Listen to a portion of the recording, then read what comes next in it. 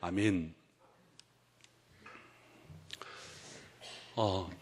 네, 키가 좀 큽니다. 이 마이크를 잘 들리시나요? 네.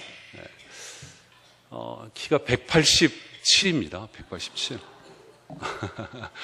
뭐 그렇다고 이렇게 크게 놀라세요. 187입니다. 되게 이제 키 큰 사람들을 많이 좋아하죠. 많이 좋아하고 많이 부러워하죠. 우리나라 사람들은 대체적으로 큰 거 좋아하잖아요. 그렇죠?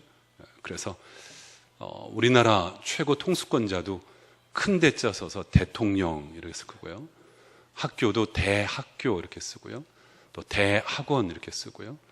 또 외국에 파송된 또 우리나라 대표도 또 대사 이렇게 말을 하고요. 다리도 뭐 한남대교, 한강대교, 동호대교, 잠실대교 이렇게 말하고요. 양재대로, 강남대로, 송파대로. 그러니까 소교는 없잖아요. 그죠? 소교도 없고 소로도 없고 다 대자 좋아합니다. 지금 우리 이제 교단에 조금 이제 민망한 일과 좀 기도 제목이 뭐냐면 이제 부총회장 이제 선거를 총회 때 하는데 그 두 분이 나와서 경선을 하세요. 한 분은 이제 중앙성결교회 한기채 목사님 나오셨고 또 한 분은 성락성결교회 지영훈 목사님 나오셨어요. 근데 두 분 가운데 한 분만 되는 거예요. 그러니까 좀 서로 좀 민망하죠. 그죠? 누군가는 되고 누군가는 떨어지니까 아주 경쟁이 치열합니다. 그래서 제가 이런 생각을 했습니다. 뭔 생각을 했냐면 그렇게 경쟁하지 말고 키로 뽑으면 어떨까? 부총회장을 키로 뽑으면 어떨까? 그 이유가 있습니다. 제가 중앙지방에 2000년에 부임을 했거든요. 2000년. 그러니까 벌써 19년 됐습니다. 횟수는 20년째인데 제가 그때 막 왔을 때 이만식 목사님이 저를 부르시더니 그러더라고요. 아유, 얘 키가 큰 거 보니까 앞으로 큰 사람 되겠구만. 중앙성결교회 이만식 목사님이 앞으로 이 키 크니까는 총회장 하라고. 앞으로 총회장감이라고. 키 크니까 총회장감이래요. 이만식 목사님이. 또 성락성결교회 박태희 목사님 또 저를 부르시더니 아유, 인물도 키도 훤칠한 게 앞으로 총회장 하라고. 두 분 다 저한테 총회장으로 인정을 해주셨습니다. 키 크다고. 그러니까 키로 해서 총회장 하면 제가 딱 나오면 좋겠는데 근데 또 교단 선거가 키로 하는 게 아니어가지고 제가 나오지는 못하고 두 분이 경선하게 됐습니다. 사실 여러분 오래되고 키 크고 연륜이 있고 또 경험이 많고 그건 중요하지 않죠. 하나님 앞에 중요한 건 외형이 아니잖아요. 그 중요한 그 내면, 내실, 또 영성, 이게 중요한 거 아니겠어요? 저는 오늘이 3일째인데 이번 2019년도 부흥회를 통해서 여러분들의 영성이, 여러분들의 내면이 더 성장하고 성숙하고 하나님을 깊이 만나는 귀한 은혜 있는 집회가 되시기를 축복합니다. 제가 얼마 전에요 사우나를 갔습니다. 사우나를 갔는데 사우나에서 이렇게 이제 씻고 있잖아요. 이렇게 씻고 있는데 씻고 이제 사우나 그 안에 들어갔는데 어디서 많이 본 사람이 그 안에 있는 거예요. 사우나 안에. 그래서 내 저 사람을 어디서 봤지? 기억이 안 나는 거예요. 나 저 사람 어디서 봤더라? 왜 여러분 그 옷을 입고 있을 때는 얼굴 알아봐도 또 이렇게 다 이렇게 그러면 또 얼굴을 이게 구분하기 어렵잖아요. 그래서 내 저분을 어디서 봤더라? 그런데 생각이 난 겁니다. 생각이 난 거예요. 그분이 누구냐면 엄홍길이라는 분입니다. 엄홍길 씨. 엄홍길 씨가 누군지 아세요? 세계에서 가장 높은 산들 히말라야에 있는 가장 높은 봉우리들을 세계 인류 최초로 전부 다 정복한 사람이에요. 엄홍길 씨. 그러니까 8,000m가 넘는 봉우리 16개를 정복한 사람. 그분이 바로 어문길 씨입니다. 바로 어문길 씨가 바로 옆에 있더라고요. 제 사우나 하는데 옆에. 그래서 반갑기도 하고, 그래서 뭐 아는 척할 수는 없고 가만히 앉아 있었죠. 그런데 말입니다. 그분이 제 옆에서 저하고 딱 단둘이 있었거든요. 단둘이. 근데 그분이 제 옆에서 딱 일어나더니 갑자기 이렇게 팔을 뒤로 이렇게 뻗치고요. 또 다리를 이렇게 포개고 일어났다 앉았다 일어났다 앉았다, 그 스쿼트라고 있잖아요. 스쿼트. 그 동작을 하더라고요. 스쿼트 동작을. 그 안에서 땀을 뻘뻘 흘리면서 일어났다 앉았다 일어났다 앉았다. 그리고 또 이제 옆으로 해갖고 또 이렇게 숙였다 일어났다 숙였다. 사우나 안에서 운동을 하시더라고요. 어문길 씨가. 대단하시더라고요. 계속 한 50회 한 3세트를 하든가 4세트를 하든가 그렇게 계속 하시더라고요. 제가 이제 그걸 보면서 에베레스트 산을 정복한 분은 저렇게 운동을 하는구나 이제 생각이 딱 들어갔고, 잠시 후에 보니 그분이 땀 뻘뻘 흘리고 나가시더라고요. 사우나에 저 혼자 있었거든요. 안에. 제가 뭘 했을까요? 그 안에서 아세요? 제가 뭘 했는지? 제가 그분이 한 동작 그대로 해봤어요. 그대로. 왜냐하면 저는 그보다 키가 더 크니까. 그러니까 저도 그분이 했던 것처럼 다리를 포개고 팔을 뒤로 해고 스쿼트 동작을, 그분은 3세트를 했거든요. 이 남자는 또 묘한 승부욕이 있잖아요. 나는 한 4번 정도 해야지. 그래갖고 4번은 세트를 하는데 죽는 줄 알았습니다. 제가 갑자기요 속이 이렇게 막 미식미식하고 울렁울렁거리고 토할 것 같더라고요. 막 어지럽고. 그래서 제가 얼른 사우나 나가서 바깥에 누워 있었어요. 기절하는 줄 알았습니다. 그때 제가 뭘 느꼈냐면 훈련된 사람과 훈련되지 않는 사람은 차이가 있다. 훈련된 사람과 훈련되지 않는 사람은 분명히 차이가 있다. 그분은 훈련된 사람이에요. 몸이 탄탄합니다. 근데 저는 키만 커요. 전혀 훈련되어 있지 않아요. 여러분, 우리의 신앙도 마찬가지입니다. 우리 약속교회는 64년 되었고 우리 장충당교회도 연조가 있잖아요.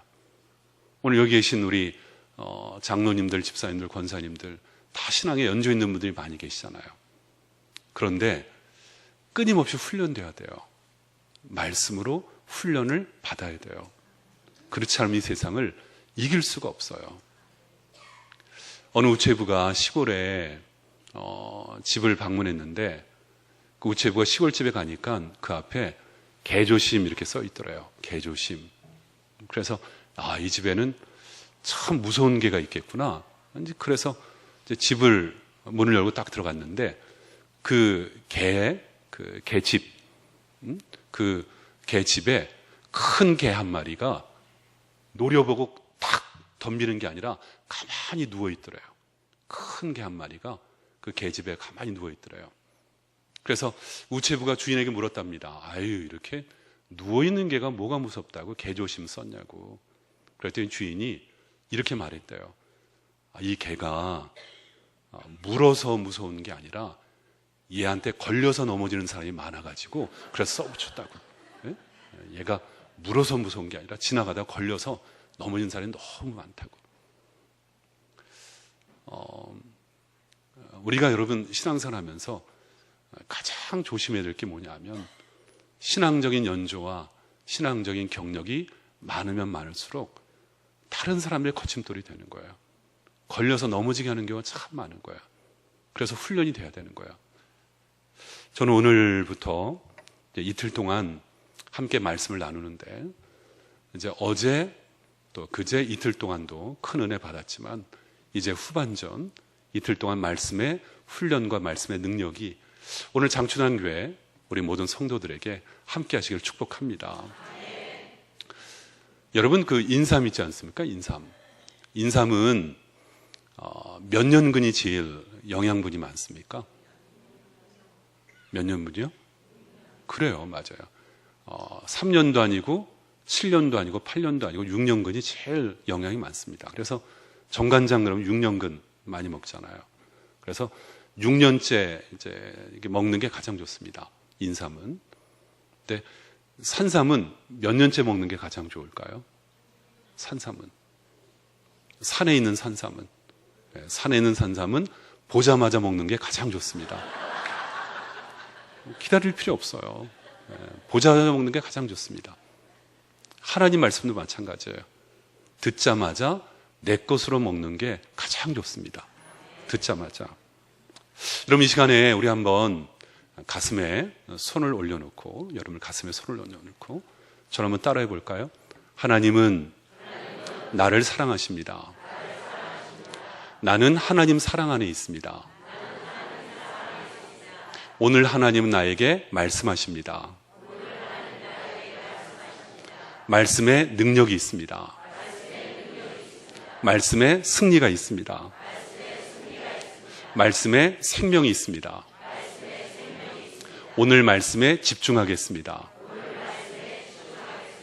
오늘 말씀에 마음을 열겠습니다. 들은 만큼 행복합니다. 들은 만큼 변합니다. 들은 만큼 승리합니다. 아멘. 여러분, 이러한 역사가 있기를 바랍니다. 말씀은요, 들은 만큼 변해요. 들은 만큼 승리가 있어요. 들은 만큼 행복해요. 산삼은 보자마자 먹듯이 말씀은 듣자마자 여러분 것으로 삼아야 돼요. 그래서 오늘 이 시간이 약수동교회 공목사가 날 위해서 오늘 초대되었구나. 약수동교회 공목사가 오늘 나 때문에 강사로 왔구나. 여러분, 그렇게 말씀을 듣는다면 여러분들에게 변화되어지고 응답되어지고 새로운 일들이 우리 가운데 일어나게 될 줄로 믿습니다. 오늘 저와 함께 나눌 제목은 이제 부유한 사람이라는 제목입니다. 부유한 사람. 여러분, 부유하다는 말이 무슨 말일까요? 이제 모든 일에 만족하다는 뜻이죠. 만족하다. 만족이라는 단어의 뜻을 아시죠? 가득 차다. 지금 여기에도 물이 가득 차 있는데, 물이 가득 찬 상태를 만족, 이렇게 말을 하죠. 그래서 물이 가득 차지 않으면 그것을 불만족, 이렇게 말을 하잖아요. 불만족, 불만. 근데 여러분에게 좀 한번 제가 여쭤볼게요. 여러분들 만족하세요, 지금? 모든 일에 다 만족하세요? 모든 일에 다 만족하고 불만이 없으세요? 가정, 사업, 또 자녀, 내 삶, 또는 교회, 아니면 여러분들의 환경, 다 만족하세요? 만족할 수 없죠. 어떻게 만족할 수 있겠어요? 만족할 수 없죠. 사실 항상 우리 가운데 뭔가 좀 부족해요. 늘 모자라요. 늘 결핍감이 있어요. 옛날에 왜 철학자 플라톤이라는 사람을 아시잖아요. 플라톤이라는 사람이 이런 말을 했습니다. 불행은 결핍에서 오는 것이 아니라 결핍감에서 온다. 참 중요한 얘기입니다. 불행은 결핍에서 오는 것이 아니라 결핍감에서 온다. 그러니까 뭐가 부족해서 오는 건 아니에요. 여러분들이 불행하고 참 힘들다, 어렵다, 오늘도 참 답답하다. 그게 곰곰이 생각해 보면 뭔가 모자라서 오는 건 아니에요. 모자른 느낌 때문에 그렇다는 거예요. 결핍감 때문에 그렇다는 거예요. 그래서 플라톤이 이렇게 말합니다. 행복이란 약간 부족함에도 감사할 수 있는 것, 그게 행복이다. 그러니까 가득 찬 게 행복이 아니라는 거예요. 가득 찬 게 행복이 아니라 약간 모자라도 거기서 느끼는 감사, 그게 행복이라는 거예요. 행복. 여러분 보세요. 여러분 모든 걸 다 가지면 행복할까요? 여러분들이 생각하는 모든 걸 다 얻으면 행복할까요? 여러분들이 지금 기도 제목 가운데 얻고자 하는 그 모든 것들을 하나님이 주시면 정말 행복할까요? 그렇지 않아요. 그것으로는 우리가 만족할 수가 없어요. 예를 들어 여러분 성형 수술을 하지 않습니까? 성형, 그죠? 네, 성형. 이 가운데도 계실지 모르지만 저는 성형에 대해서 그렇게 부정적으로 생각하지는 않습니다. 정말 본인 스스로 이것만큼은 고쳐야 되겠다 생각하면 고치셔요. 괜찮아요. 난 이것 때문에 너무 열등감에 시달리고 이것 때문에 내 인생이 너무 힘들다. 그러면 성형하는 거 괜찮아요. 그런데 80만 원 들여서 쌍꺼풀 수술을 했는데 거울을 보니까는 이번에는 코가 마음에 안 들어요. 코가. 그럼 또 150만 원 들여서 또 코를 하고 싶어요. 근데 코를 고쳤더니 또 나중에는 턱이 또 마음에 안 들어요. 또 300만 원 들여서 또 턱을 해요. 그게 뭐예요? 결핍감이에요. 결핍감. 결코 행복할 수가 없어요. 그것으로 만족할 수가 없다는 겁니다. 지난 주일에 이제 어떤 분하고 이제 식사를 했는데, 이제 그분이 낚시를 좋아하시더라고요. 낚시를. 주일에 이제 그분하고 얘기를 나누는데, 낚시를 참 좋아하는데, 여기 낚시 좋아하는 분 계시잖아요? 여러분, 그분이 이 얘기를 하더라고요. 낚시할 때 가장 큰 그 즐거움, 기쁨, 낚시할 때 최고의 행복, 뭘까요? 네, 월척할 때, 그렇잖아요? 월척할 때가 가장 행복하고 가장 기쁘겠죠. 근데 그분이 하는 말, 월척할 때보다도 더 기쁜 경우가 있대요. 행복한 경우가. 뭐냐면 옆에 앉은 사람이 월척을 잡았는데 그걸 놓치는 걸 보면 그렇게 행복하대요. 너무 기분이 좋대요. 그러니까 입으로는 어떡하죠? 그런데 속으로는 아싸, 이런 생각이 든다는 거예요. 사람이 그래요, 여러분. 사람이 그래요. 다른 사람과 비교하면서 갖는 결핍감. 만족할 수가 없죠. 만족한 삶을 살 수가 없죠. 부유한 삶을 살 수가 없죠. 결국 부유한 삶은 어디에 있냐면 깨달음에 관한 문제입니다. 깨달음. 내가 그 부유함을 어떻게 깨닫는가. 만족이라는 것을 내가 어떻게 깨닫고 적용하는가. 저는 오늘 저녁에 바로 그 부유한 삶에 대해서 우리가 함께 좀 나누고 한번 적용점을 한번 찾아보려고 합니다. 자, 오늘 이제 함께 읽은 이 말씀이 사도 바울의 그 삶을 우리에게 보여주고 있는데, 오늘 말씀에 사도 바울은 그런 얘기를 해요. 나는 아무것도 가진 것이 없지만 모든 것을 가진 자이고, 나는 아무것도 가진 것이 없으나 나는 가장 부유한 자이다. 참 놀라운 말이에요. 아무것도 가진 것이 없어요. 아무것도 얻은 것이 없어요. 그런데 나는 모든 것을 가졌대요. 나는 가장 부유한 사람이래요. 깨달은 거예요. 깨달은 거예요. 내가 가장 행복한 사람임을 깨달은 거예요. 내가 가장 부유한 사람임을 깨달은 거예요. 여러분, 그래서 오늘 본문 10절, 제일 마지막 절 10절 보세요. 10절 마지막에 뭐라고 썼습니까? 나는 모든 것을 가진 자로다. 모든 것을 가진 자로다. 모든 것을 다 가졌대요. 모든 것을 다. 여러분, 오늘 이 저녁에 여러분들이 사도 바울의 깨달음이 있기를 축복합니다. 나는 모든 것을 다 가진 자로다. 나는 모든 것을 다 가진 자로다. 사도 바울이 고백했던 것처럼 여러분들이 소유, 또 능력, 어떤 환경, 거기에는 어려움도 있고 또 고단함도 있고 아직도 해결되지 않는 일이 있지만 이 저녁에 모든 것을 가진 자라는 그런 고백이 있었으면 좋겠어요. 모든 것을 가진 자로다. 그러면 여러분, 오늘 말씀에서 사도 바울이 이렇게 나는 모든 것을 가진 자로다 고백했던 비결이 어디에 있을까요? 오늘 그렇게 말씀하고 있는 이유는 어디에 있을까요? 오늘 성경 본문에서 몇 가지를 함께 나누어 생각해 보면 사도 바울은 많은 시련이 있지만 시련 속에서도 결코 흔들리지 아니했다는 것입니다. 어려움이 있어도 흔들리지 않았어요. 그 믿음의 뿌리가 흔들리지 않았어요. 여러분, 어떠한 상황이어도요, 어떤 환경이어도요, 흔들려서는 안 돼요. 결코 흔들려서는 안 돼요. 보세요. 오늘 4절과 5절 말씀 보십시오. 4절과 5절 말씀 우리 한번 다 같이 읽어보겠습니다. 4절과 5절이요. 다 같이요. 시작. 오직 모든 일에 하나님의 일꾼으로 자천하여 많이 견디는 것과 환난과 궁핍과 고난과 매맞음과 갇힘과 난동과 수고로움과 자지 못함과 먹지 못한 가운데서도. 아멘. 얼마나 많은 어려움이 있어요. 그렇지 않아요? 여기 어떤 어려움이 있다고요? 환난, 궁핍, 고난, 또요 매맞음, 갇힘, 난동, 수고, 자지 못하는 것, 먹지 못하는 것. 여러분, 그러한 일을 겪고 계셔요? 오늘 사도 바울이 겪었던 그러한 일을 여러분 가정에 지금 있어요? 지금 사도 바울이 겪었던 이 모든 일들을 다 내 것이에요? 다 그렇지는 않을 거잖아요.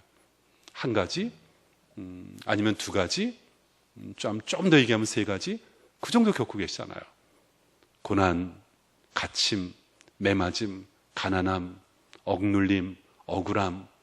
여러분 그런 일을 한두 가지 다 갖고 있죠. 근데 사도 바울은 이 모든 것들을 다 겪은 거예요. 다 겪은 거예요. 여기에 나오는 그 환난, 핍박, 이 말을 KJV 영어 성경책에는 tribulation 이렇게 써 있는데 그 원어로는 들립시스 이렇게 써 있어요. 그 들립시스라는 말은 누르다, 누르다 그런 뜻이에요. 누르다. 왜 여러분 옛날 왜 시골에 보면 이렇게 뭐라고 얘기하나요? 왜 그 타작기 같은 거 있지 않습니까? 이렇게 타작할 때 치는 거 있잖아요. 도리깨라고 그러나요? 그러니까 그 곡식을 칠 때 도리깨로 치는, 그러니까 로마 시대 때는 그 타작기가 있는데 그게 바로 뭐냐면 환난이에요. 핍박이에요. 계속 누르는 거예요. 계속 누르는 거예요. 더구나 사도 바울은 억울하게 정말 복음을 전하고 의롭게 살고 주의 말씀을 전하다가 이러한 그 고통과 핍박과 환난을 겪고 있는 거거든요. 얼마나 괴로운 일이에요. 얼마나 힘든 일이에요. 여러분 우리가 믿음으로 살면 살수록 환난은 많아요. 믿으며 살며 내가 주의 말씀을 지키며 순종하며 살면 살수록 핍박이 많아요. 왜 그러냐면 이 세상은 악하니까, 이 세상은 부패하니까. 그래서 경건하게 살고자 하는 자는 어려움을 겪을 수밖에 없는 거예요. 여러분 사람의 심성이 얼마나 악한지 보세요. 여러분 예배 시간에 여러분들이 이제 주일 예배 오신단 말이에요. 주일 예배 왔는데 주일 예배 오다 보니까는 시간을 내가 좀 늦게 나오다 보니까 예배 시간은 5분 늦었어요. 5분 늦어서 막 바쁘게 오는데 저 아래 장충동 동대역 올라오는데 거기 어떤 권사님이 내 뒤에 따라와요. 그럼 마음이 어때요? 좀 안심이 되죠. 그죠? 나보다 늦은 사람이 있으니까. 그래서 야 우리 권사님 내 뒤에 있네. 그럼 막 오는데 권사님 뒤에 어떤 장로님이 또 뒤에 막 와요. 그럼 마음이 막 편해지잖아요. 나보다 더 늦은 사람인데. 그러니까 사람은 나보다 앞서가는 거에 대해서 참 불편한 거예요. 불편한 거예요. 헌금도 보세요. 헌금도 누가 많이 하면 축하해주고 격려해주고 축복해주기보다는 좀 마음이 불편해요. 내가 좀 더 해야지라는 마음보다는 왜 저 사람 뭐 때문에 저렇게 많이 하지? 응? 괜히 마음이 불편한 거예요. 요즘 담배값이 얼마입니까? 요즘 담배값이? 네, 그냥 모르는 척 하는 거죠. 알면서도. 네, 담배값이 한 4,000원 정도 하지 않나요? 한 5,000원? 장모님들 잘 모르시죠? 담배값 얼마인지요? 예. 뭐 한 4, 5,000원 정도 한다고 그럽니다. 4, 5,000원.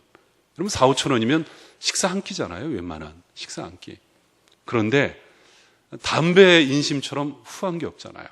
누가 담배 하나 달라고 그러면 담배 한 캡씩 나눠주잖아요.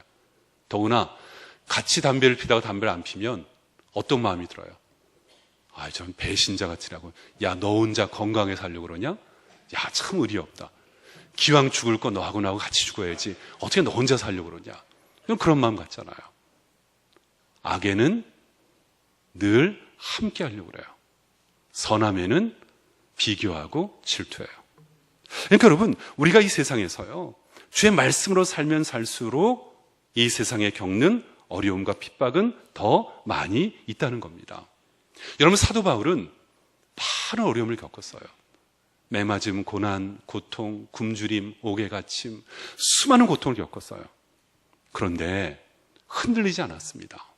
결코 그 가운데서 흔들리지 않았습니다. 믿음의 길에서 벗어나지 않았습니다. 정말 마지막까지 하늘의 상을 위해서 달려갔다는 것입니다. 저에게는 뭐가 있는 줄 아세요? 기다림의 영성이 있었다는 거예요. 하늘의 상을 바라보는 기다림의 영성. 그것이 사도 바울을 마지막까지 흔들리지 아니하고 부요함을 누릴 수 있었던 비결이었다는 것입니다. 저는 오늘 이 자리에 있는 여러분들이 기다림의 영성을 가졌으면 좋겠어요. 하나님의 주실 상을 바라보면서, 하나님의 주실 그 칭찬의 그날을 바라보면서, 하나님께서 응답하심을 주심을 내가 사모하면서 기다릴 수 있는 그 영성 말이죠. 제가 결혼을 1988년에 했습니다. 88년. 여기서 했습니다. 88년에. 1988년 11월 5일 날 이 자리에서 했습니다. 홍순우 목사님께서 주례해 주셨어요.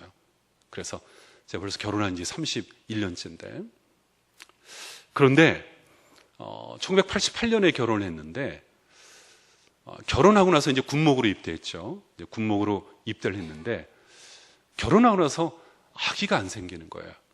3년이 지나도 안 생기고 5년이 지나도 안 생기고, 한 5년 지나니까 조금 마음에 좀 조바심이 생기더라고요.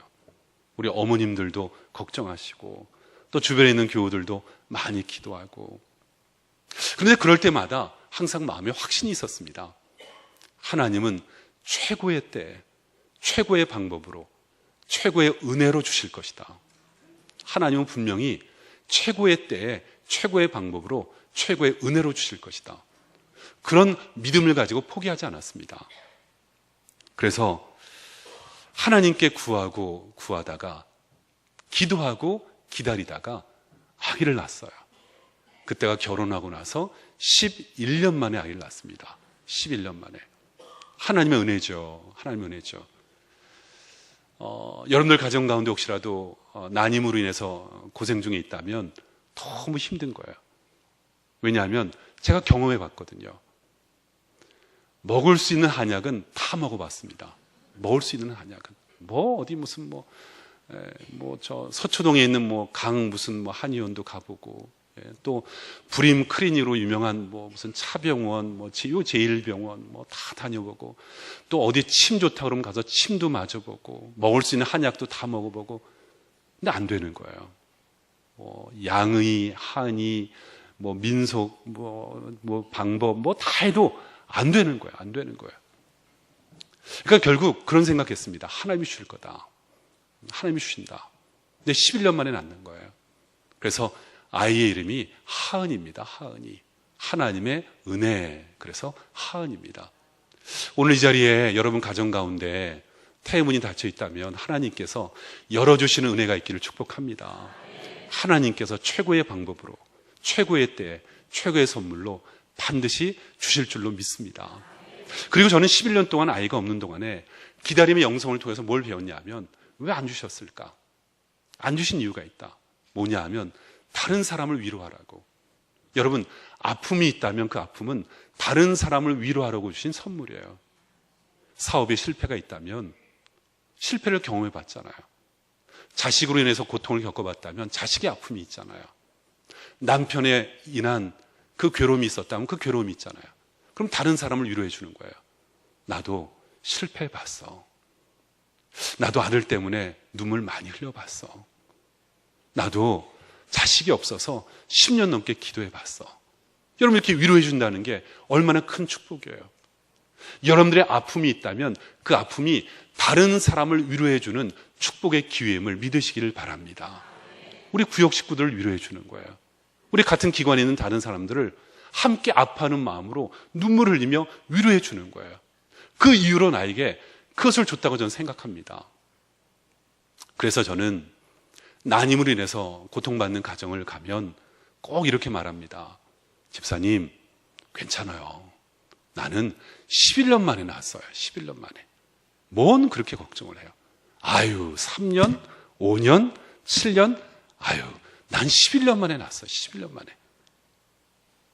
그런데 제가 우리 약속교회에 와서 어느 집에 신방했는데 그 집에 가서 보니까는 그 이집사님 부부인데, 이집사님 부부가 아기가 없더라고요. 결혼한 지 꽤 된 것 같은데. 제가 그래서 똑같은 말을 했습니다. 집사님, 아기가 없어도 하나님의 때가 있어요. 하나님의 때가. 날 보세요. 나는 11년 만에 아기 낳았어요. 11년 만에. 그랬더니 그 집사님이 나에게 뭐라고 말한 줄 아세요? 목사님, 저는 결혼한 지 13년 됐습니다. 저에게 그러는 거예요. 할 말이 없잖아요. 그렇잖아요.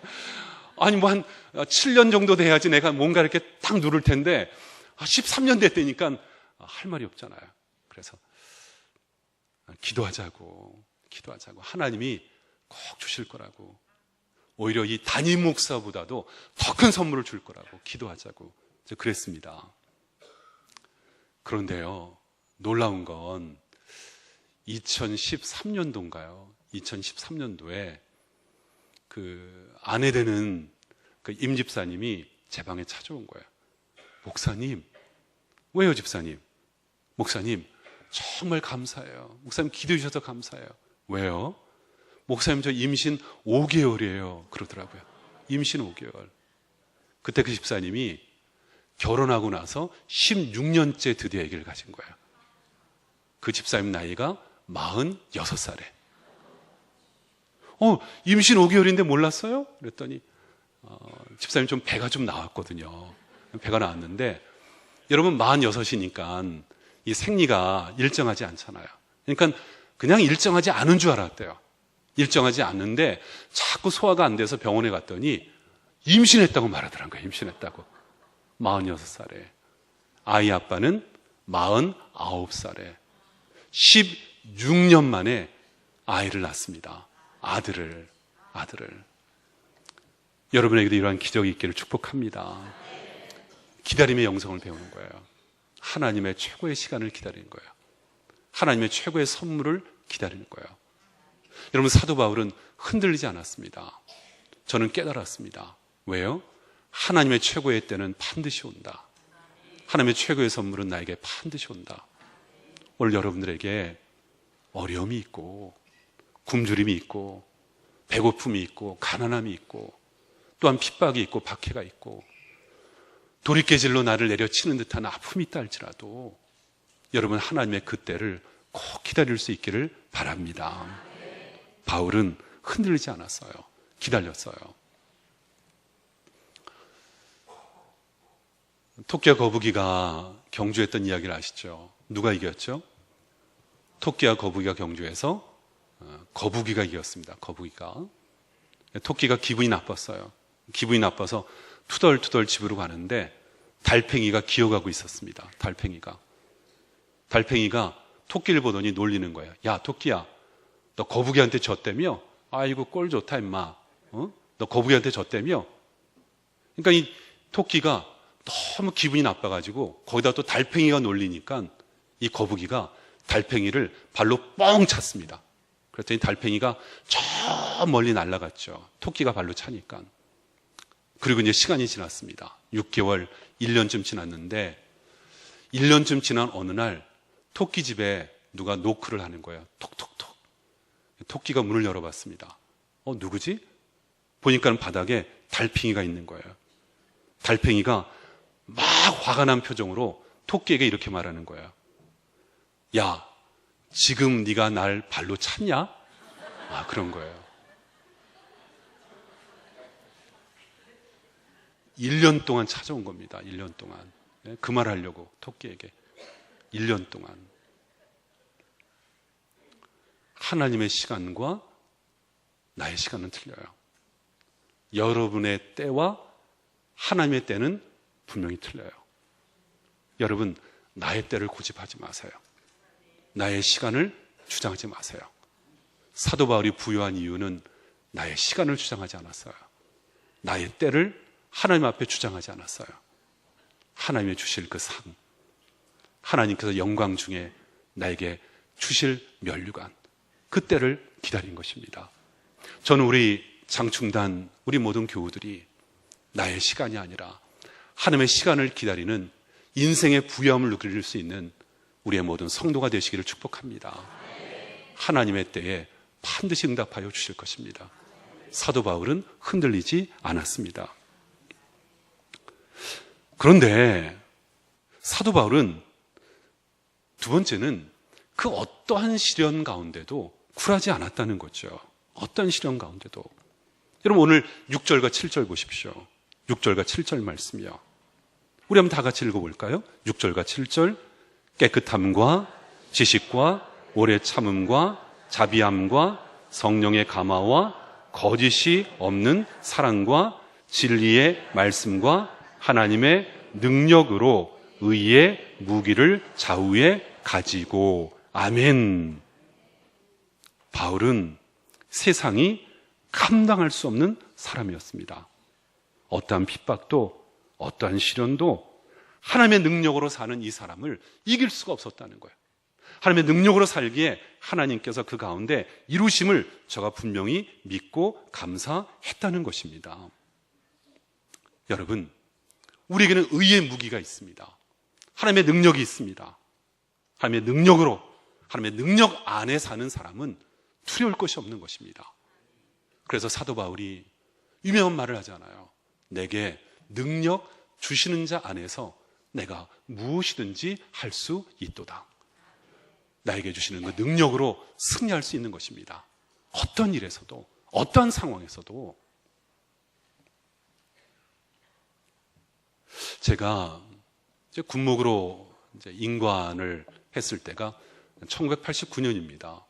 1989년에 저 강원도 이제 그 고성에 거진이라고 있습니다. 거진. 여러분 거진 아셔요?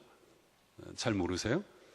왜 옛날에 군생활 힘든 분들이 대개 뭐라고 말했냐면 가장 힘든 게 인제다. 인제. 강원도 인제. 그 다음에 힘든 데가 원통이다. 원통. 그래서 인제 가면 언제 오나 원통에서 못 살겠다. 뭐 하여튼 그런 얘기가 나왔다고 그래요. 그런데 인제에서 원통에서 진부령 넘어가면 그 너머에 있는 데가 거진입니다. 거진. 그래서 인제 가면 언제 오나 원통에서 못 살겠다. 거진 다 왔다. 그래서 거진이 저 동북단 끝입니다. 22사단 저 끝에. 쉽게 설명하면 여러분 왜 금강산 요즘 나오잖아요. 북한 땅 금강산 전망대 바로 그 GOP 철책선 GOP 부대. 제가 거기 군목이었습니다. 충성교회 담임 목사였는데, 그런데 제가 처음으로 목사 안수 받고 처음 간 지역이니까 얼마나 막 애정이 있고 감사한지 제가 거기서 2년을 근무했습니다. 2년을 충성교회 담임으로. 근데 잊지 못할 여러 많은 교인들이 있지만 그 중에 한 가정이 있어요. 모란이네라는 집인데, 모란이네. 이 모란이네 집은 참 생각만 해도 마음이 아픈 집이에요. 왜냐하면 그 아빠는 그 학군 출신인데 아우르티 출신으로 서울 시립대 나오고 그리고 학군으로 와서 중대장 대위를 달고 중대장 생활을 하는데, 이 모란이가 그 집의 딸입니다. 큰 딸. 근데 이 아이가 그 다운 증후군입니다. 다운 증후군. 그러니까 애가 장애가 있어요. 장애가. 근데 다운 증후군 장애에다가 또 선천성 심장병을 갖고 있어요. 그러니까 태어나면서 세종병원에서 심장수술을 2번이나 했습니다. 갔더니 그때 4살인데 애가 숨을 못 쉬는 거예요. 쌕쌕 소리를 내면서 일어나질 못하는 거예요. 모란이 엄마가 얘기합니다. 그분이 이 집사님인데 엄마 얘기가, 목사님, 우리 모란이는 선생님 이야기가 올해가 마지막일지 모른대요. 그러니까 목사님, 이번 생일이 마지막일지 모르니까 생일 예배 좀 드려주세요. 그럴 정도로 매해매해가 마지막이었어요. 거의 가능성이 없는 애예요, 모란이. 그런데도 이 부부 집사가 얼마나 참 신실한지, 참 어려워도 예배, 공예배, 또 기도하는 시간 빼놓지 않고 또 봉사하는 것, 섬기는 것도 최선을 섬겼습니다. 중대장님 얼마나 바빠요. 그 이후에 작전장교까지 했는데 늘 철야근무하면서도 정말 주님 섬기기에 최선을 다한 부부입니다. 그리고 하나님께 한 번도 아이로 인해서 불평해 본 적이 없고 원망해 본 적이 없고 늘 하나님의 뜻이 있을 거야. 기도하는 부부예요. 이제 그러다가 2년쯤 되어서 저는 이제 다른 데로 전출이 되었죠. 저 청평에 가면 청평 국군병원이라고 있는데 전 군인병원 이제 군목으로 다시 임지를 옮겼고, 그리고 이제 모란인에는 소령으로 진급해서 사단으로 갔습니다. 그리고 헤어졌죠. 여러분, 그런데 말입니다. 그런데 한 20년쯤 지났나요? 한 20년쯤 지났는데 제 군목 친구 동기가 저한테 전화를 한 거예요. 공목사 그 모란이네라고 알아? 그래서 알지. 왜? 그랬더니 그 친구가 그 원주에 있는 일군 사령부 군종 참모였거든요. 원주에 있는 일군 사령부. 근데 군종 참모였는데 그 친구가 하는 얘기가 자기네 교회 작전 참모가 있는데 작전 참모가 자기가 성결교회 목사인 걸 알고 공수길 목사님 아냐고, 공 목사님 연락처 아냐고 물어보더라는 거예요. 그래서 저한테 바로 전화한 거예요. 모란이네가 지금 원주에 있는 군사령부 작전 참모로 있다고. 작전 참모는 원스타입니다. 원스타. 별을 단 거예요. 그 사이에. 그 사이에 모란이네가 별을 단 거예요. 그래서 원주에 갔죠. 원주에 이제 부흥회로 갔는데 거기에 이제 그 모란이네 아빠 엄마가, 모란이 엄마는 권사님이 됐고 모란이 아빠는 집사님이 돼가지고 원스타 별 하나 달고 왔더라고요. 모란이는요, 애가 다 큰 처녀가 돼가지고 뛰어다니더라고요. 애가 4살 못 넘긴다고 그랬는데 애가 장성한 숙녀가 되어서 뛰어다니더라고요. 얼마나 감사한지. 그런데 그 집사님이 식사하면서 이런 얘기예요. 목사님, 사실 저희 부부는 왜 우리 가정에 모란이를 주셨는지 처음에 이해가 안 됐습니다. 그런데 모란이를 볼 때마다 하나님의 선물이다. 하나님께서 우리 모란이를 통해서 새로운 일을 이루시고 새로운 축복을 허락하신다. 이런 믿음이 있으니까 모란이를 볼 때마다 늘 감사합니다. 그런 얘기를 하더라고요. 이해되세요? 다운 증후군이에요. 애가 4살, 5살 못 넘긴다고 그랬어요. 하나님의 선물로 믿어지기 시작한 거예요. 그 아이가 선물이 되어서 아빠, 여러분 학군이 아우로트시 출신이 별 달기 쉽지 않습니다. 그런데 원스타가 된 거예요. 제가 기도했습니다. 하나님, 우리 박 집사님 가정을 축복해 주세요. 우리 박 집사님 가정이 어떠한 고난에서도 흔들리지 않고 오늘까지 이것을 하나님의 선물로 믿고 살아왔는데 그 믿음대로 하나님의 능력으로 승리케 해주세요. 여러분, 기도했습니다. 그런데 한 2년쯤 지났나요? 2년쯤 지났는데 그 모란이 엄마가, 이 권사님이 전화를 했습니다. 목사님, 감사해요. 왜요? 우리 모란이 아빠가 진급을 했어요. 소장으로 진급해서 별 2개를 달았어요. 그래서 53사단 사단장으로 가게 됐어요. 부산에 가면 53사단이라고 있거든요. 사단장으로 가게 됐다는 거예요. 여러분, 별 2개 다는 거 쉽지 않습니다. 별 2개. 투스타가 된 거예요. 제가 기도했습니다. 하나님 감사합니다. 그래서 초대해서 다시 얘기를 나누는데 그 모란이 아빠가 그 얘기 하더라고요. 목사님, 제가 사단장으로 와서 어떻게 하면 하나님께 영광 올려드릴까? 하나님 영광 올려드리는 방법이 무엇일까? 기도하다가 노골적으로 종교 얘기하면 또 반발이 심하니까 성경의 핵심이 감사 아닙니까? 감사. 성경의 처음부터 끝까지가 은혜의 감사 아닙니까? 그래서 제가 53사단에서 새로운 운동을 시작했습니다. 그래서 뭔 운동을 시작했나? 골프를 하나? 그랬더니 그게 아니고 감사 운동을 시작했대요. 감사 운동. 감사하자. 그래서 감사 일기 쓰기, 감사 발표하기, 감사 구호 만들기, 감사 편지 보내기, 감사하는 병사 뽑기, 이걸 시작했다는 거예요. 그래서 부대를 감사로 바꾸니까 부대의 사고도 줄고 또 병사애들도 너무 얼마나 행복해하는지 너무 부대가 재밌다는 거예요. 그리고 한 1년쯤 지났나요? 1년쯤 지났는데 그 모란이 아빠가 또 전화했어요. 왜 전화했을까요? 목사님, 기도에 감사합니다. 왜요? 목사님, 별 하나 또 달았어요. 별 3개를 단 거예요. 별 3개를. 군단장이 됐습니다, 여러분. 여러분, 별 3개 다는 거 이거 쉬운 게 아닙니다. 별 3개 다는 거. 별 3개를 달았어요. 그래서 양양에 있는 8군단 군단장으로 갔습니다. 양양에 있는 8군단 군단장. 제가 이제 그 관사에서 한번 식사 좀 대접하고 싶다고 그래서 그 양양에 있는 군단장 관사에 갔죠. 그러고 했더니 그 박 집사님하고 이 권사님이 좀 고민 상담을 하는 거예요. 고민 상담이 뭔가 그랬더니,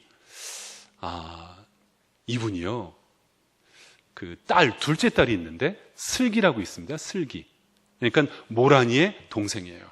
근데 얘가 이제 좀 나이도 이제 20대 후반이 되니까 결혼 적령기가 됐는데, 그래서 고민 상담이 뭐냐면, 목사님, 우리 슬기가 대학도 마치고 대학원도 마치고 이제 생명공학으로 지금 박사과정이 있는데 얘가 지금 소개를 받았습니다. 그래요? 아유, 잘 됐네요. 그런데 소개받은 사람이 누구냐면 우리 군단 목사님이 소개한 후배 군목을 소개받았습니다. 후배 군목. 그러니까 그 군단장인데 그 대위인 그 군목을 소개를 받은 거예요. 그런데 딸이 그 군목을 너무 좋아한대요. 그래서 목사님, 이 결혼을 시켜야 될까요? 어떻게 될까요? 여러분, 고민입니까? 고민이 아닙니까? 여러분 자녀 가운데 정말 금지옥역 딸이 있는데 그 딸이 전도사나 목사하고 연애하고 결혼한다면 여러분 고민이 될까요? 고민이 안 될까요? 고민이 되잖아요. 여러분, 저처럼 이렇게 잘생긴 그 목사도 저희 장인이 그때 반대했거든요. 장인이 반대했어요. 어머니는 찬성했지만. 왜냐하면 그렇잖아요, 여러분. 딸 하나 키웠는데 그냥 평범하게 살아주기를 원하는 게 그 모든 부모님 마음이잖아요. 근데 박한기 집사님, 그 모란이 아빠, 모란이 엄마는 그 사람들이요, 별 3개잖아요. 별 3개. 군단장인데. 그 군목 대위하고 그 결혼한다면 허락하겠습니까? 제가 그랬습니다. 집사님, 하나님의 은혜라면서요. 오늘까지 하나님의 능력이라면서요. 그러면 슬기가 원하면 결혼시키세요. 슬기가 원하면. 결혼했을까요? 안 했을까요? 결혼을 했습니다. 군목인 대위 사위를 받습니다. 3스타인 군단장이 결혼시켰어요. 그런데 다시 또 연락이 또 왔습니다. 또 연락이 왔어요. 무슨 연락이 왔을까요? 별 4개를 달았습니다. 별 4개를. 별 4개를 달았어요. 별 4개를 달고 대구에 있는 작전사령부 사령관으로 갔습니다. 왜 문제 많았던 대구 그 있잖아요. 그분의 후임으로 갔습니다. 거기에. 그래서 별 4개를 또 달았습니다. 별 4개를. 제가 기도했습니다. 하나님, 정말 하나님 사랑하는 종입니다. 정말 하나님의 능력을 믿습니다. 하나님의 살아계심을 믿습니다. 하나님 책임져 주십시오. 그런데 또 전화가 왔습니다. 또 전화가. 더 이상 올라갈 데는 없는데.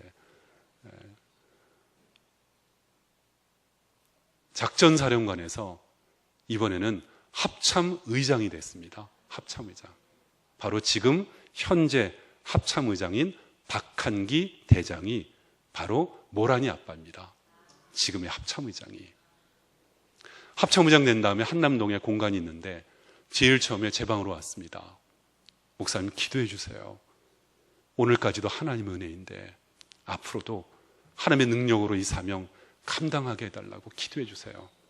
그래서 온 가족이 기도받고 돌아갔습니다.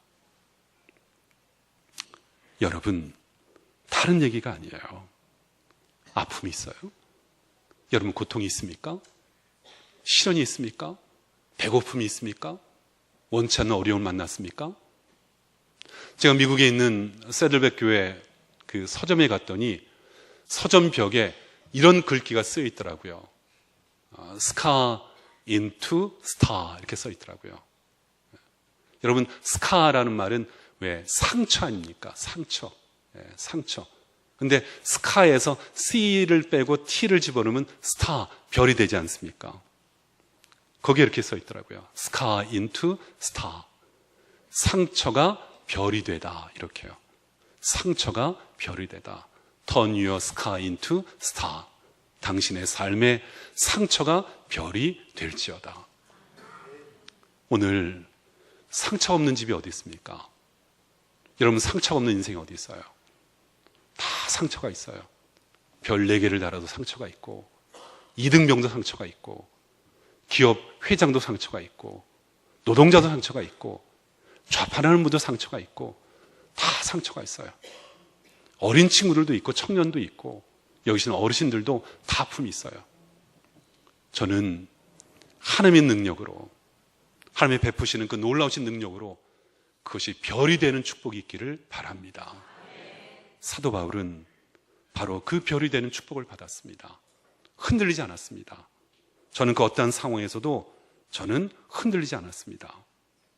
그러므로 우리가 어려움이 있어도 하나님을 바라보면서 기다리고 인내하면서 그 고난을 그의 능력으로, 내 힘이 아니에요, 그분이 주시는 그 능력으로 오늘도 내일도 능히 이기며 살 수 있는 우리 모두가 되시기를 축복합니다. 이기며 사는 것입니다. 한 가지를 더 생각하면 사도 바울은 부유함 속에서, 만족함 속에서 매일매일 감격 속에서 살았다는 거죠. 감격 속에서, 솟아오르는 감격 속에서.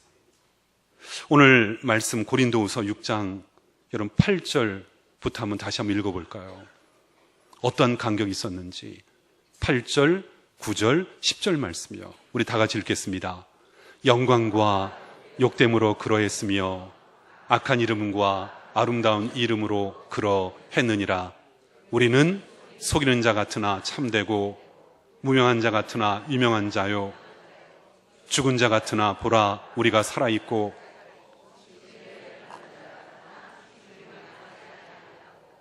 근심한 자 같으나 항상 기뻐하고 가난한 자 같으나 많은 사람을 부유하게 하고 아무것도 없는 자 같으나 모든 것을 가진 자로다. 아멘. 여러분, 얼마나 모순적인 말입니까? 말이 안 되는 거잖아요. 그러나 여러분, 여기에 역설의 진리가 있는 거예요.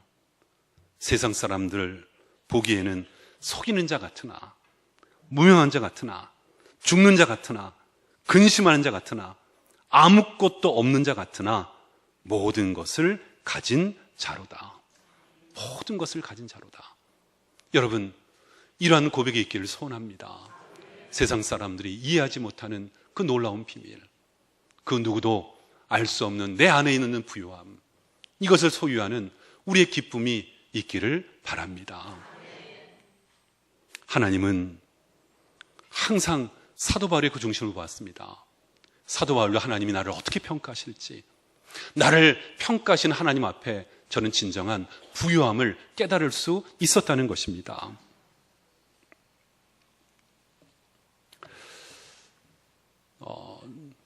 조금 아까도 이제 식사를 하면서 이제 장로님이 저희 형님을 묻더라고요. 형님 잘 계시냐고.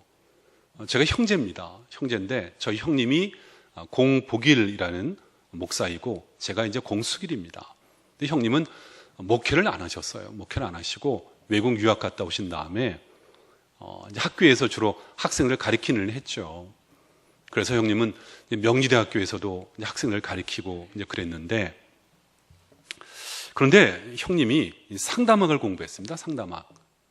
근데 그러다가 형님이 이 뭔 생각이 있는지요, 국회의원 선거에 나왔어요. 국회의원 선거에.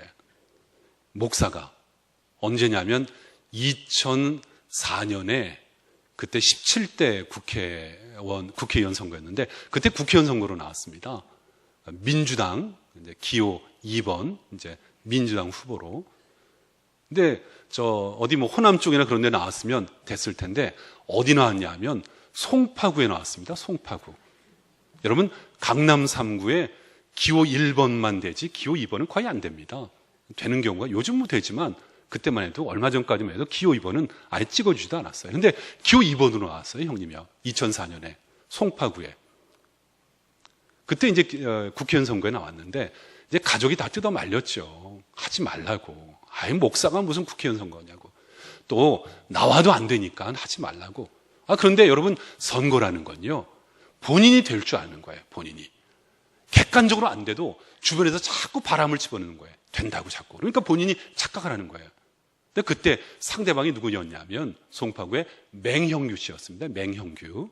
그러니까 맹형규하고 같이 붙었습니다. 맹형규 씨가 하고 되겠어요? 그러니까 여러분, 됐을까요? 안 됐을까요? 당연히 안 됐죠.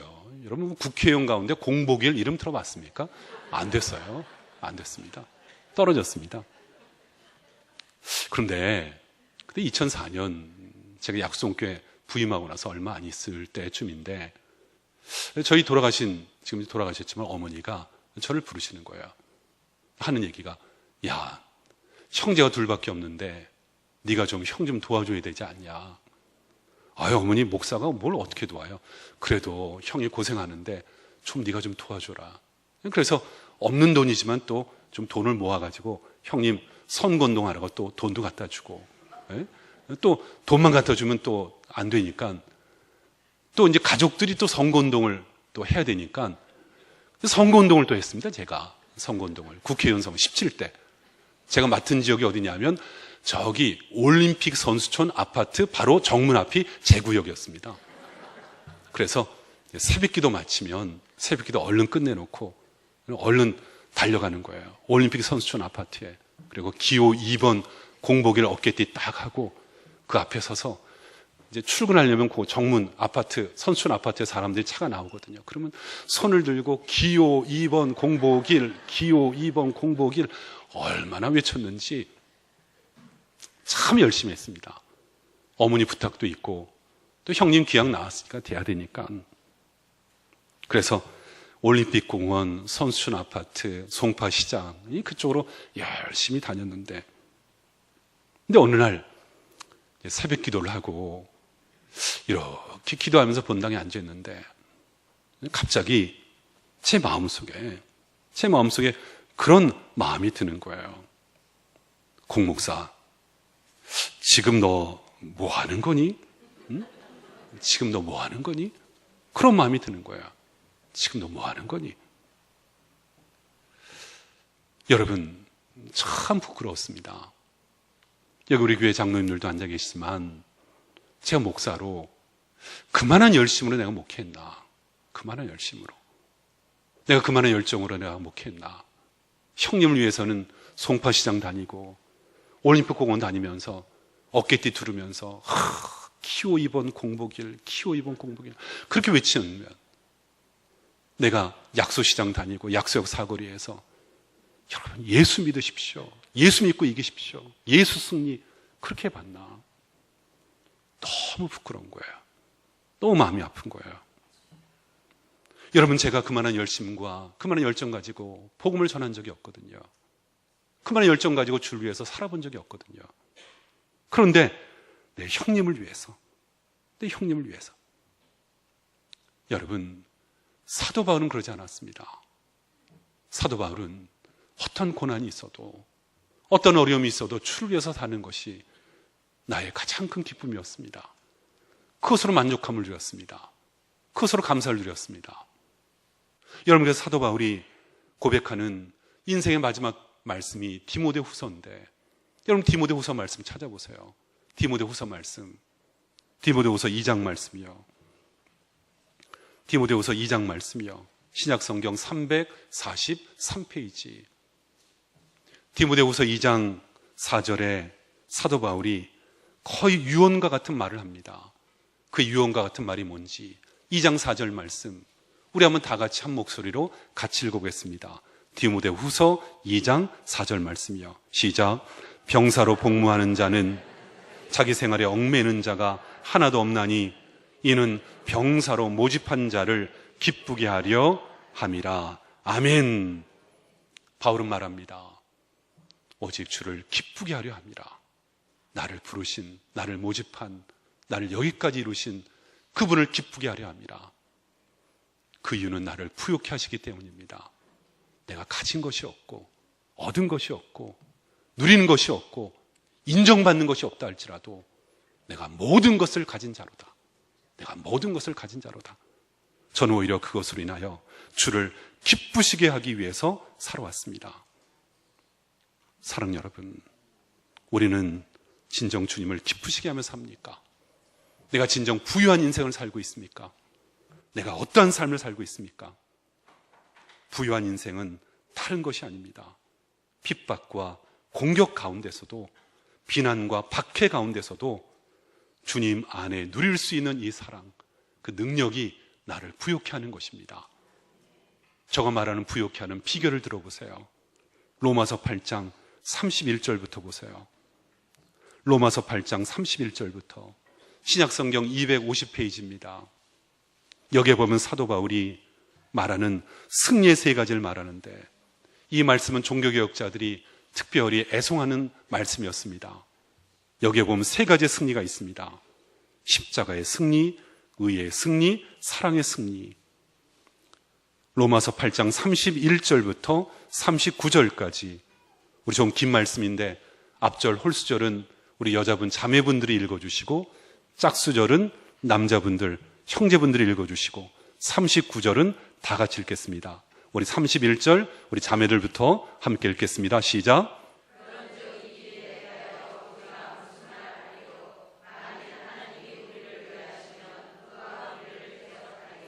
자기 아들을 아끼지 아니하시고 우리 모든 사람을 위하여 내주신 이가 어찌 그 아들과 함께 모든 것을 우리에게 주시지 아니하겠느냐?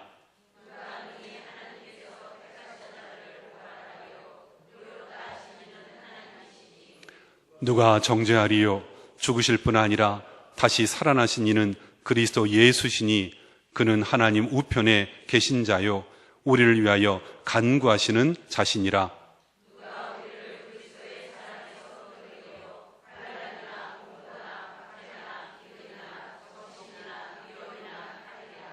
기록된 바 우리가 종일 주를 위하여 죽임을 당하게 되며 도살당할 양같이 여김을 받았나이다 함과 같으니라.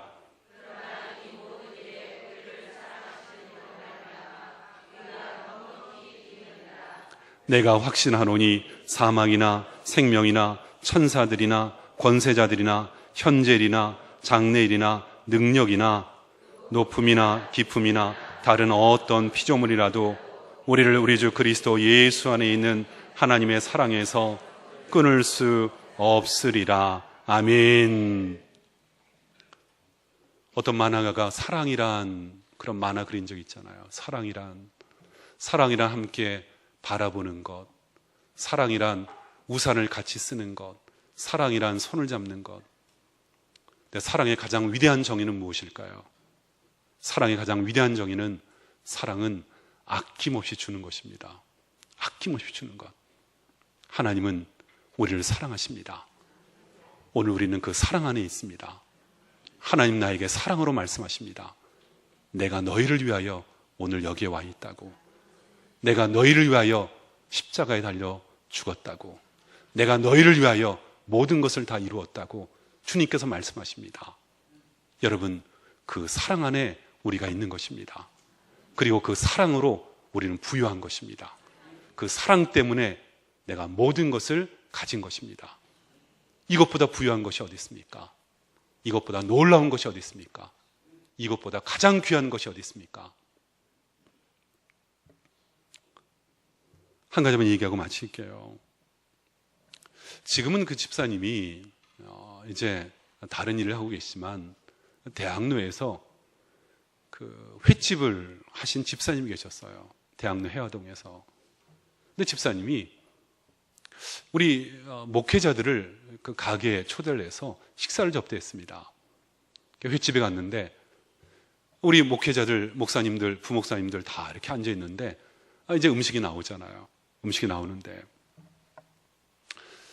그런데 우리 부목사님들이 음식이 나오면서 자기들끼리 뭐라고 수근수근 되는 거예요. 그래서 목사님들 빨리 드세요. 뭐 하는 거예요? 그랬더니 자기들이 하는 얘기가 제 귀에 들렸어요. 아유, 좀 별로다. 아니, 별로다. 집사님이 음식 내놨는데 그걸 자꾸 별로다 그러는 거예요. 그래서 이 정도면 훌륭하지, 맛있게 드세요.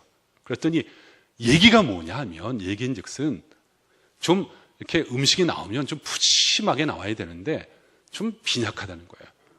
여러분 왜 횟집에서 일식집에 가면 앞에 푸짐하게 나오잖아요. 뭐가 나옵니까? 뭐 은행알, 또 이 계란찜, 또 옥수수 마요네즈 이렇게 한 것, 뭐 옥수수 뭐 부침개, 또 뭐 이렇게 이것저것. 그걸 뭐라고 말합니까? 그걸 스키다시. 이 스키다시가 나와야 되는데 스키다시가 없다는 거예요. 스키다시가. 여러분 군산 뭐 그런 데 가면 스키다시가 뭐 한 상이 딱 벌어지잖아요. 그러니까 스키다시가 별로라는 거예요. 그래서 별로다 그러는 거예요. 그리고 이제 회가 나오고 이제 먹었는데, 회를 가지고 그 집사님이 그러시는 거예요.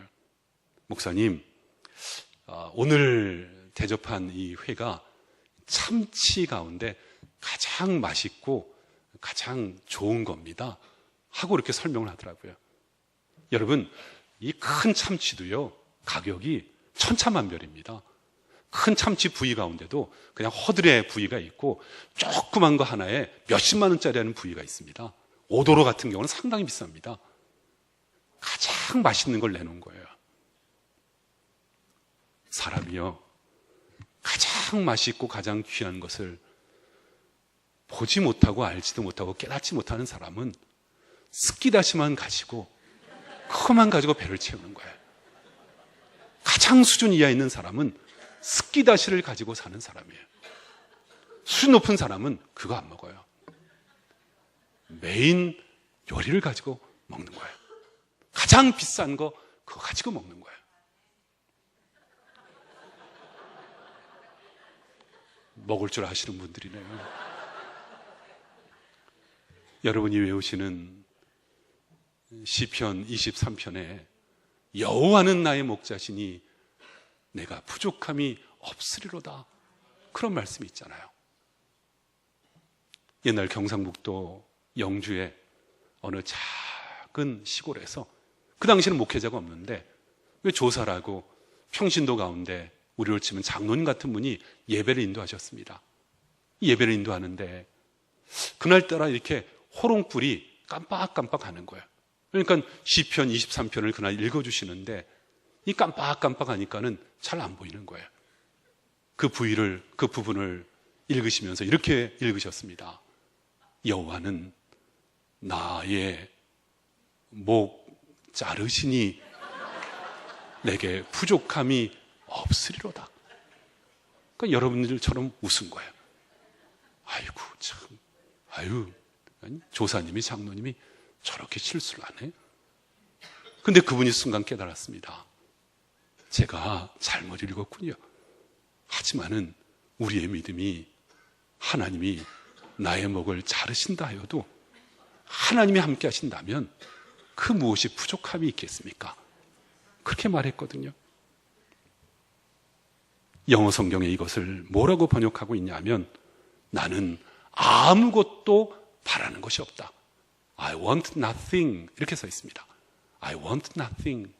나는 아무것도 원하는 것이 없다. 무슨 말입니까?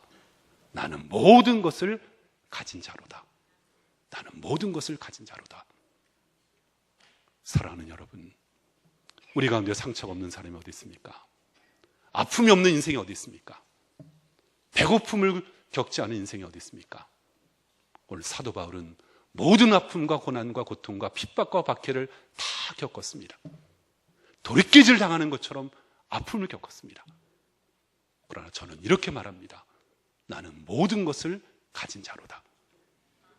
하나님의 그 사랑 안에 내가 있기에, 그 사랑으로 오늘도 내가 살고 있기에, 하나님의 최고의 때와 최고의 선물을 주심을 내가 믿기에, 그 능력 가운데 그는 나는 진정으로 부유한 자로다, 그렇게 말할 수 있었던 것입니다. 이것이 그리스도인의 행복입니다. 이것이 그리스도인의 부유함입니다. 바라기는 올해 우리의 모든 장충단의 성도 한 분 한 분들이 내가 어려움이 있고 고난이 있고 배고픔이 있고 핍박이 있어도 모든 것을 가진 자로다, 이것을 고백하며 사는 부유한 인생, 부유한 가정, 기업, 우리 모두가 되시기를 주님의 이름으로 축원합니다.